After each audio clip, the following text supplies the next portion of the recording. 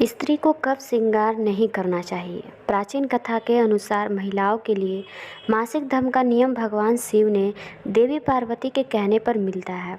मासिक धर्म के चौथे दिन महिलाएं स्नान के बाद शुद्ध होती हैं। भगवत पुराण की एक कथा के अनुसार एक बार देवराज इंद्र अपनी सभा में बैठे थे। उसी समय देवगुरु बृहस्पति आए।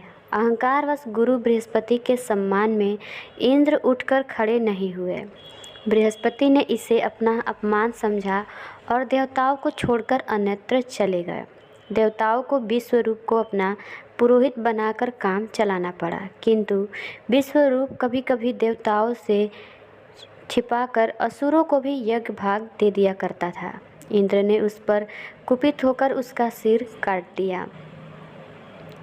गुरु की हत्या करने से बहुत बड़ा पाप लगता है। इंद्र ने पाप से पीछा छुड़ाने के लिए भगवान विष्णु का कठोर तप किया।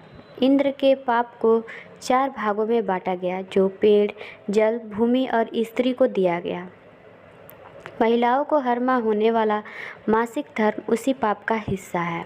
शास्त्रों के अनुसार नहीं करने चाहिए ये काम। धार्मिक कार्य करने की अधिकारी नहीं होती हैं। भोजन नहीं बनाना चाहिए। पति का संग नहीं करना चाहिए। मंदिर नहीं जाना चाहिए। गुरु और बड़े बुजुर्गों के पास नहीं जाना चाहिए और न ही उनके चरण स्पर्श करने चाहिए। लोक मान्यताओं के अनुसार ये कार्य वर्जित है, जैसे कि अचार को हाथ नहीं लगाना चाहिए, वो खराब हो जाता है। श्रृंगार नहीं करना चाहिए। पौधों को पानी नहीं देना चाहिए, वह सूख जाते हैं। जमीन पर शयन करना चाहिए। घर से बाहर कदम नहीं रखना चाहिए, बुरी नज़र व बुरे प्रभाव में आ जाती हैं। वैज्ञानिक दृष्टिकोण के अनुसार महिलाओं को मासिक धर्म के दौरान इन्फेक्शन का खतरा बढ़ जाता है, लेकिन ये सिर्फ और सिर्फ शारीरिक क्रिया है। इस समय में उनके साथ अछूतों जैसा व्यवहार हो, ये गलत है। शिव पुराण के मुताबिक पार्वती माँ सती का ही अवतार हैं। राजा हिमावत और रानी मैना की पुत्री पार्वती बचपन से ही शिव भक्त थीं। पार्वती के जन्म पर नारद मुनि ने भविष्यवाणी की थी कि वह भगवान शिव से ही विवाह करेगी। बड़ी होने पर पार्वती की शिव के प्रति भक्ति बढ़ती ही गई। कई सालों की तपस्या और कई बाधाओं को पार करने के बाद शिव और पार्वती का विवाह हुआ। सबसे बड़ा गुण और सबसे बड़ा पाप। एक बार माँ पार्वती ने भगवान शिव से पूछा कि मानव का सबसे बड़ा गुण क्या है, मानव सबसे बड़ा पाप कौन सा करता है। भगवान शिव ने इसका उत्तर एक संस्कृत श्लोक से दिया।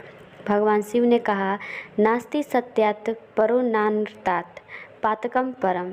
दुनिया में मान सम्मान कमाना और हमेशा सत्य वचन बोलना सबसे बड़ा गुण होता है। भगवान शिव ने पार्वती माँ से कहा कि इस दुनिया में सबसे बड़ा पाप बेईमानी और धोखा करना है। धोखा इस दुनिया का सबसे बड़ा पाप है जो मानव करता है। मानव को अपनी ज़िंदगी में हमेशा ईमानदार रहना चाहिए। भगवान शिव ने पार्वती माँ को बताया कि मानव को परिश्रम करने के साथ खुद का मूल्यांकन भी करना चाहिए।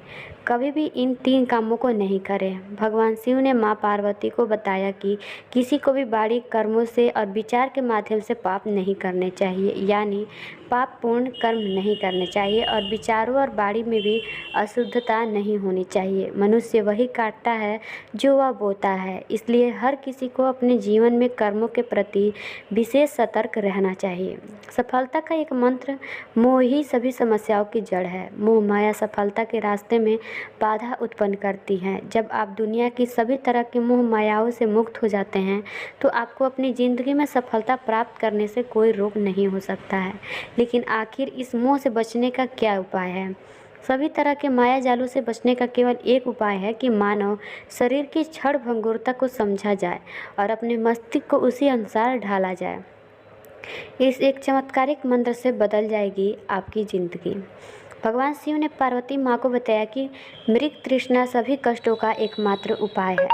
मानव को एक के बाद दूसरी चीज़ों के पीछे भागने के बजाय ध्यान में मन लगाना चाहिए। कर्म के चक्र और शरीर के बंधन से मुक्ति के लिए ध्यान का अभ्यास करते रहना चाहिए। माता पार्वती ने पूछा तीसरा प्रश्न, पाप का घड़ा कब भरता है? ऐसा कोई भी व्यक्ति नहीं है जिसने कभी जाने अनजाने में कोई पाप कर्म न किया हो। मान्यता है कि मनुष्य की योनि बहुत सौभाग्य से मिलती है। ऐसे में हर इंसान को चाहिए कि वह अपने जीवन में हमेशा अच्छे कर्म करे और उससे भूलकर भी कोई भूल न हो। मान्यता है कि भूलवश किया गया पाप तो क्षमा योग्य होता है, लेकिन जानबूझकर किया गया पाप अक्षम्य माना जाता है।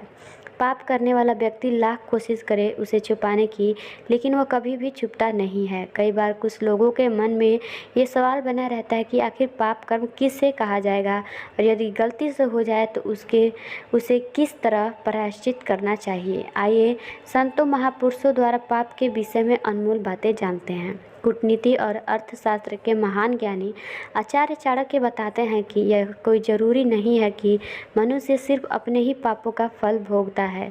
कई बार वह दूसरे के द्वारा किए गए पापों की सज़ा को भी भोगता है। मसलन अगर आपकी वर्जित बताई गई है, यदि आप उसे जानबूझकर करते हैं तो आप निश्चित रूप से पाप के भागीदार बनते हैं। जिस प्रकार एक पेटी में रखा एक सड़ा आम बाकी सभी आमों को खराब कर देता है, उसी प्रकार एक पापी व्यक्ति के साथ रहने वाला मनुष्य भी पाप का भागीदार हो जाता है। उसे भी पापियों के समान ही जीवन में दंड भोगना पड़ता है। शिव पुराण के अनुसार यदि कोई व्यक्ति अपने माता पिता, अपनी पत्नी या फिर अपने बड़ों का अपमान करता है या फिर भला बुरा कहता है तो वो भी पाप की श्रेणी में आता है। जब मनुष्य खुद के स्वार्थ के लिए दूसरे को हानि पहुंचाता है तो वह स्वार्थी इंसान कहलाता है, और स्वार्थ को पाप का सबसे अच्छा साथी माना गया है। तो दोस्तों, अगर आपको ये वीडियो पसंद आई हो तो वीडियो को लाइक, चैनल को सब्सक्राइब और कमेंट ज़रूर कर दीजिएगा। धन्यवाद।